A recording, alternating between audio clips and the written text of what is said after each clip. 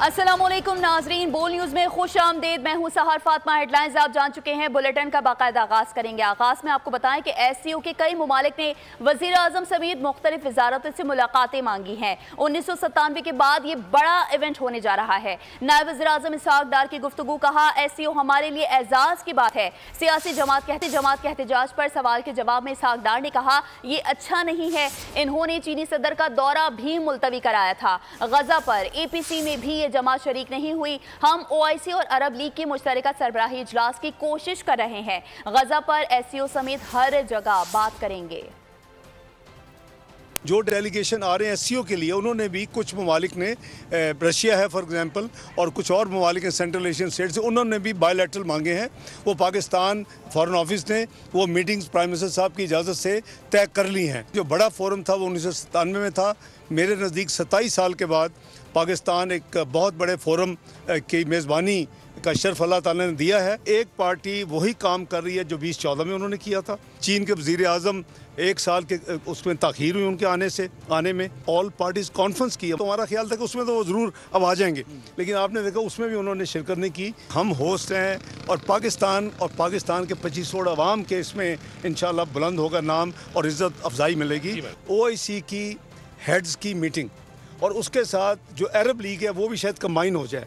और एजेंडा क्या होगा? सिर्फ 1 पॉइंट एजेंडा, कि जो बर्बरियत हो रही है गजा में, लेबनान में, उसके हवाले से 1 पॉइंट एजेंडा होगा। SCO के मेंबर ममालिक के कॉमर्स एंड ट्रेड मिनिस्टर्स की मीटिंग हो चुकी है। शंघाई ताउन तंजीम का इजलास 15 से 16 अक्टूबर को इस्लामाबाद में होगा। इजलास में 8 ममालिक की आला शख्सियात शिरकत करेंगी। SCO का क़याम 2001 में अमल में आया। तंजीम का मकसद खित्ते में सियासी, इक़्तिसादी और सिक्योरिटी ताउन को फ़रोग़ देना है। शंघाई ताउन तंजीम सियासी, इक़्तिसादी और माशी ताउन की तंजीम है। शंघाई में 2001 में चीन, काज़ाकिस्तान, किर्गिज़स्तान, रूस, ताजिकिस्तान और उज़्बेकिस्तान के रहनुमाओं ने कायम की। 10 जुलाई 2015 को इसमें भारत और पाकिस्तान को भी शामिल किया गया। पाकिस्तान 2005 से शंघाई ताउन तंजीम का मुबस्सिर मुल्क था। 2010 में पाकिस्तान ने शंघाई ताउन तंजीम की रुकनियत के लिए दरख्वास्त दी। 2015 में बाकायदा रुकन बन गया। पाकिस्तान की शमूलियत से शंघाई ताउन तंजीम के रुकन ममालिक की तादाद 8 हो गई है। 9 जून 2017 को पाकिस्तान और भारत को तंजीम की मुकम्मल रुकनियत दी गई। SCO का इजलास हर साल मुनक्किद होता है। SCO के 8 रुकन ममालिक हैं: चीन, रूस, Pakistan, Bharat, Kazakhstan, Kyrgyzstan, Tajikistan, Uzbekistan और 2023 में ईरान भी SCO का मुस्तकिल रुकन बन गया। मुल्क की मईशत दुरुस्त समत में गामजन है। CPEC के दूसरे मरहले का आगाज करने जा रहे हैं। सियासी और अस्करी क़यादत CPEC मंसूबों की तकमील के लिए पुरअज़्म है। वज़ीर ख़ज़ाना मोहम्मद औरंगज़ेब का इस्लामाबाद में तकरीब से खिताब, कहा चीन की तरक्की दुनिया के लिए मिसाल है। चीन की जानिब से पाकिस्तान में अरबों डॉलर्स की सरमायाकारी की गई। CPEC के तहत 9000 मेगावाट बिजली मुख्तलिफ प्रोजेक्ट्स के लिए इस्तेमाल हो रही है। चाइनीज़ IPPs पाकिस्तान में सबसे बड़े बैरूनी सरमायाकार हैं। As we have moved towards macroeconomic stability, and as you've seen in the last 12 to 14 months, the exchange rate have been stable, is going to be an important enabler for executing CPEC Phase 2. Under Prime Minister Shehbaz Sharif, Chief of Army Staff right behind it, we are very committed in terms of taking CPEC Phase 2 forward, which is all about B2B. Because China has invested over $20 billion in planned energy projects and therefore transforming the energy landscape of Pakistan. Chinese IPPs, as we all know, are most diverse and largest investors in Pakistan. दहाइयों पर मुहीत पाकिस्तान और चीन की दोस्ती नस्ल दर नस्ल आगे मुंतकिल हो रही है। दोनों ममालिक CPEC के अगले मरहले का आगाज करने जा रहे हैं। वफाकी वज़ीर इत्तलात अताउल्लाह तारड़ का चाइना चैम्बर ऑफ कॉमर्स की तकरीब से खिताब, कहा पाकिस्तान और चीन की स्ट्रेटेजिक शराकत दारी काबिल तहसीन है। China friendship means to us in Pakistan, and it is a friendship which is passed on to us through generations. CPEC 2 will indeed prove to be a game changer in this region, because we in Pakistan can provide good industrial zones to Chinese companies. We had CPEC projects coming up in the form of Saiwal coal power plant. We had CPEC projects coming up in the form of Thar coal, the Karachi port energy project. So it is the Chinese friends who stepped up to, resolve Pakistan's energy crisis. And here we are at zero load shedding, thanks to CPEC and non-CPEC energy projects, which helped us get out of that crisis. और मुल्क की तरक्की में इक़्तिसादी राहदारी मंसूबे का अहम किरदार है। चीन ने पाकिस्तान की मुआशी तरक्की में नुमायां किरदार अदा किया है। चेयरमैन सेनेट यूसुफ रजा गिलानी ने भी लबकुशाई कर दी। कहा, बैरूनी सरमायाकारी की हौसला अफजाई के लिए इक़दामात और इस्लाहात जारी हैं। पाकिस्तान चीन के साथ ताल्लुकात को बहुत अहमियत देता है। मुख्तलिफ शोबों में चीनी कंपनी सरमायाकारी कर रही है।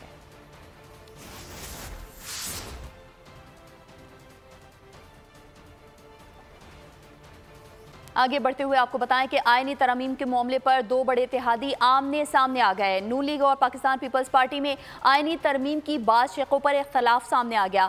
चीफ जस्टिस काजी फाइज ईसा की रिटायरमेंट के बाद नून लीग की आईनी तरमीम से दिलचस्पी कम हो गई।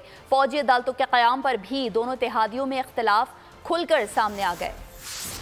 आईनी तरमीम पर इत्तेहादियों में फूट, नून लीग और पीपल्स पार्टी में इख्तलाफात। ज़राए के मुताबिक नून लीग और पीपल्स पार्टी में आईनी तरमीम की बाज़ शिकों पर इख्तलाफ सामने आ गया। बिलावल भुट्टो और मौलाना फजलुर रहमान के तरमीमी ड्राफ्ट में फौजी अदालतों के क़याम की शिक निकाल दी गई। नून लीग अभी तक फौजी अदालतों के क़याम पर पोजीशन वाज़ेह न कर सकी। ज़राए के मुताबिक काजी फाइज ईसा की रिटायरमेंट के बाद नून लीग की आईनी तरमीम से दिलचस्पी कम हो गई। नवाज शरीफ की मौलाना को मनाने के लिए तयशुदा मुलाकात भी मनसूख हो गई। JUI ने आईनी अदालत के क़याम पर पीपल्स पार्टी और नून लीग की तरमीम की मुखालफत कर दी। JUI ने सुप्रीम कोर्ट में आईनी बेंच बनाने की तजवीज़ दी है। JUI और PTI का साथ मिलकर मुश्तरका मुसव्विदा पेश करने का इम्कान है। ज़राए के मुताबिक बिलावल भुट्टो फजलुर रहमान को आईनी अदालत पर मनाने के लिए सिंध जाएंगे। उधर पीपल्स पार्टी और नून लीग में आईनी अदालत के जजों की तादाद पर भी अदम इत्तेफाक है। तो दूसरी जानिब वफाकी आईनी अदालत के क़याम पर MQM पाकिस्तान ने भी लीगी वफ़द को ग्रीन सिग्नल दे दिया। बदले में बल्दियाती इदारों को बाइख्तियार बनाने की यकीन दहानी हासिल कर ली। MQM और मुस्लिम लीग नून के दरमियान पाकिस्तान हाउस में अहम मुलाकात। वफाकी आईनी अदालत के क़याम पर MQM ने हुकूमती वफ़द को हाँ कर दी।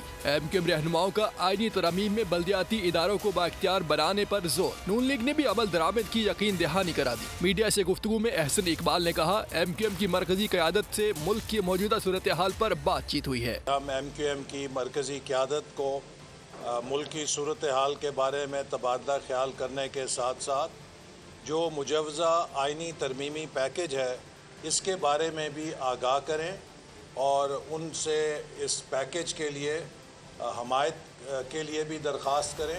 खालिद मकबूल सिद्दीकी ने बताया, MQM की देरीना जदोजहद आर्टिकल 140A की बहाली है।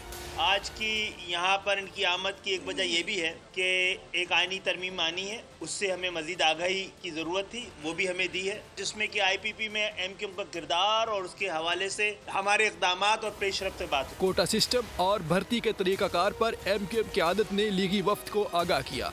और पाकिस्तान में बैनुल अक़वामी वफूद की आमद रोकने की कोशिश में दुश्मन मुमालिक का बड़ा हाथ है। एयरपोर्ट दहशतगर्दी का वाक़या इसी सिलसिले की एक कड़ी है। वज़ीर बल्दियात सिंध सईद गनी का तकरीब से खिताब। कहा, सऊदी अरब से सिफारती ताल्लुकात के साथ रूहानी ताल्लुक बरकरार रहेगा। सऊदी अरब के कौमी दिन के हवाले से मुबारकबाद पेश करते हुए कहा, पाकिस्तान और सऊदीया के दरमियान रूहानी ताल्लुक की वजह खाना काबा और मदीना मुनव्वरा है। पाकिस्तान में बैनुल अक़वामी जो डेलीगेशंस आते हैं या सरबराहान मुमलिकत के जो विज़िट्स होते हैं उसको रोकने में पाकिस्तान के दुश्मन ममालिक का जो है बड़ा किरदार होता है। कुछ रोज़ पहले जो कराची एयरपोर्ट के पास एक दहशतगर्दी का वाक़या हुआ वो भी इसी सिलसिले की एक कड़ी है। जब तक ये दुनिया है, जब तक पाकिस्तान ज़मीन पर है, जब तक सऊदी अरब का वजूद है, तब तक ये जो रूहानी रिश्ता और ताल्लुक़ है ये बरकरार रहेगा, मतलब ता क़यामत रहेगा। ज़ाहिर है खाना काबा और मदीनतुल मुनव्वरा, इंसानियत, पाकिस्तान, सऊदी अरब ये रहेंगे और ये ताल्लुक़ हमारा रहेगा। PTI को तलाबीब से पॉलिसियां, हिदायत और हिमायत मिल रही है। बानी PTI इसराइल गठजोड़ SCO कॉन्फ्रेंस सबोताज करने के लिए सरगर्दा है। सूबाई वज़ीर इत्तलात शर्जील इनाम मेमन का अहम बयान सामने आ गया। कहते हैं कि बानी पीटीआई पाकिस्तान में सेहूनी मफादात के तहफ़्फ़ुज़ के लिए काम कर रहे हैं। इसराइल और बानी पीटीआई का गठजोड़ चाहता है कि किसी तरह शंघाई ताउन तंजीम कॉन्फ्रेंस सबूताज हो जाए। ये पाकिस्तान में सेहूनी मफादात के लिए काम कर रहे हैं। वज़ीर इत्तलात सिंध शर्जील इनाम मेमन का अहम बयान, कहा कि पीटीआई और इसराइल का गठजोड़ पाकिस्तान के कौमी मफादात पर समझौता है। मादी में भी बानी पीटीआई पाक चीन दोस्ती को नुकसान पहुँचाने के लिए चीनी सदर के दौरे को सबूताज करने की साजिश का हिस्सा रहे हैं। पीटीआई क़यादत बैरून मुल्क दुश्मन एजेंडों पर अमल पैरा है। पीटीआई का थिंक टैंक इस वक्त तल अबीब में बैठा हुआ है, अब पाकिस्तान के खिलाफ साजिशों में मसरूफ है। पीटीआई को तल अबीब से पॉलिसियाँ, हिदायत और हिमायत मिल रही है। बैनुल अक़वामी लॉबिंग के लिए तल अबीब में पीटीआई के हैंडलर्स मुसलसल मुतहर्रिक हैं।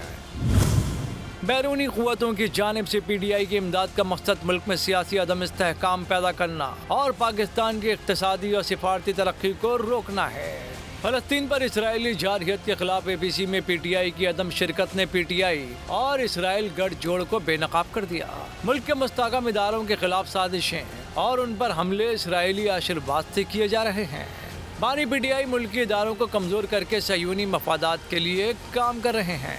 और नाजरीन, आगे बढ़ते हुए आपको बताएं कि बहरे अरब में पाक बहरिया और अमरीकी बहरिया की मुश्तरका मशकों का आगाज़ हो गया। ISPR के मुताबिक मश्क में पाक बहरिया के जहाज़ PNS बाबर जबकि अमरीकी बहरिया के जहाज़ USS ओकेन ने हिस्सा लिया। मश्क के दौरान मुख्तलिफ बहरी ऑपरेशन का मुजाहरा भी किया गया। मश्क में शरीक अमरीकी बहरिया के जहाज़ के कमांडिंग ऑफिसर ने commander Pakistan fleet rear admiral Abdul Munib से मुलाकात की। ISPR के मुताबिक बहरी मशकें इलाकाई अमन और इस्तेहकाम के लिए पाक बहरिया के अज़्म की मजहर हैं।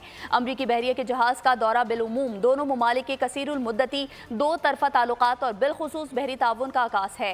पाकिस्तान बहरिया खित्ते में हर तरह के रिवायती और गैर रिवायती चैलेंजेस से निमटने के लिए कोशां है। तो दूसरी जानिब बरतानिया में मश्क कैम्ब्रियन पेट्रोल 2024 में पाकिस्तान आर्मी टीम की शिरकत, बेहतरीन कारकर्दगी पर सोने का तमगा हासिल किया। मश्क कैम्बेरियन पेट्रोल के 65 साल मुकम्मल हो गए। इस मौके पर पाकिस्तान आर्मी की टीम ने एक्सरसाइज कैम्बेरियन पेट्रोल 2024 में भरपूर हिस्सा लिया और अपनी सलाहियतों का लोहा मनवाया, शानदार कारकर्दगी दिखाई और सोने का तमगा।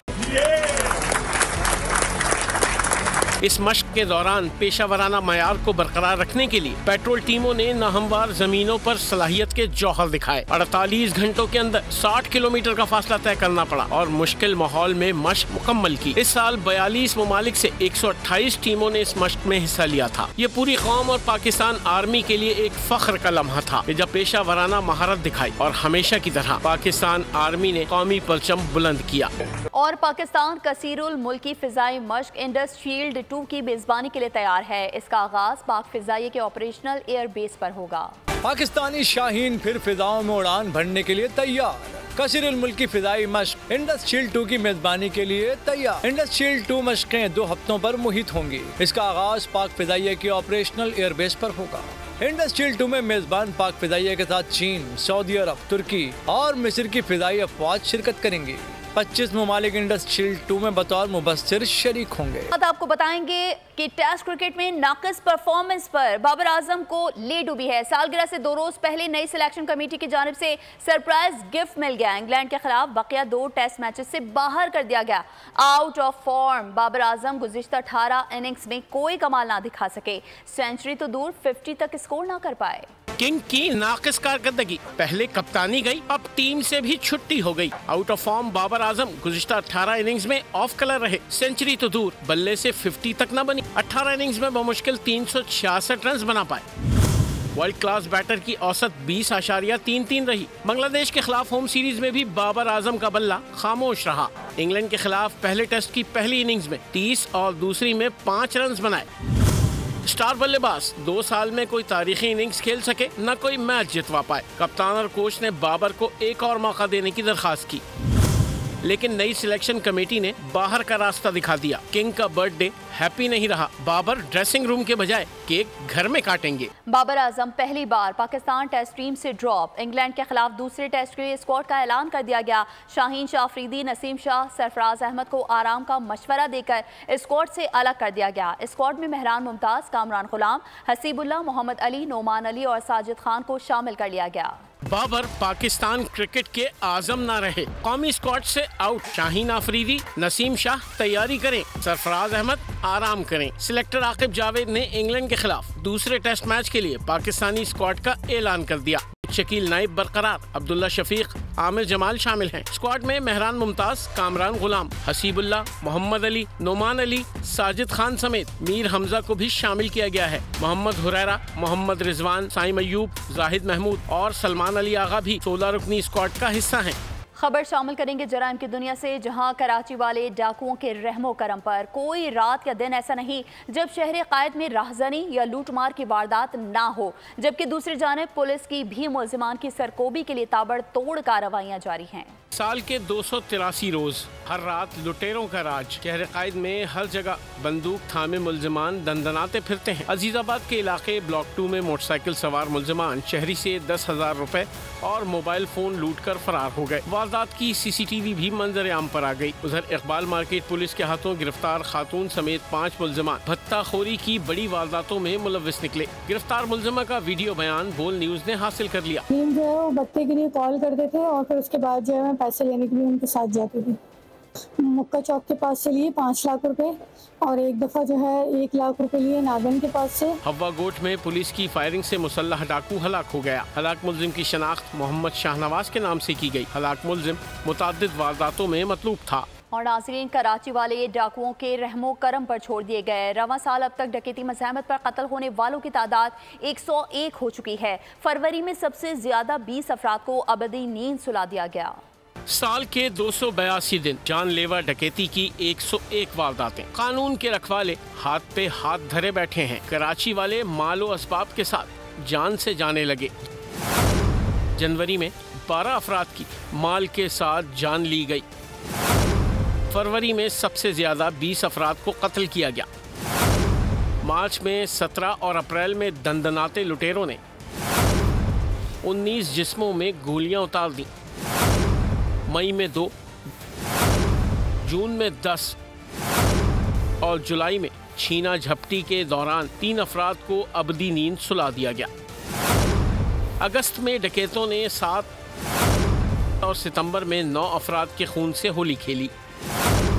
अक्टूबर में 2 अफराद को लूटने के बाद कत्ल कर दिया गया। जारी आदाद शुमार के मुताबिक शहर कायद का जिला शर्की 25 अमवात के साथ सर फहरिस्त रहा। जिला गरबी के 22, जिला कुरंगी के 17 खानदानों में सोग रहा। जिला वस्ती के 14, जिला मलीर के 9 घराने प्यारों के कत्ल पर बेबसी के आंसू बहाते रहे। जिला केमाड़ी 8 और जिला जनूबी के 4 घरानों में सफ़े मातम बिछाई गई। भारतीय फौज में दाखिली दुश्मनियां उरूज पर पहुंच गईं। ओहदों की जंग ने इंतशार की फजा कायम कर दी। पेशावराना अहलियत पर सवाल खड़े हो गए। और इसके साथ ही बोल न्यूज से फिलहाल इतना ही। मजीद खबरों और अपडेट्स के लिए विजिट कीजिए हमारी वेबसाइट bolnews.com और देखते रहिए बोल। सब्सक्राइब करें और बेल दबाएं ताकि कोई खबर रह न जाए।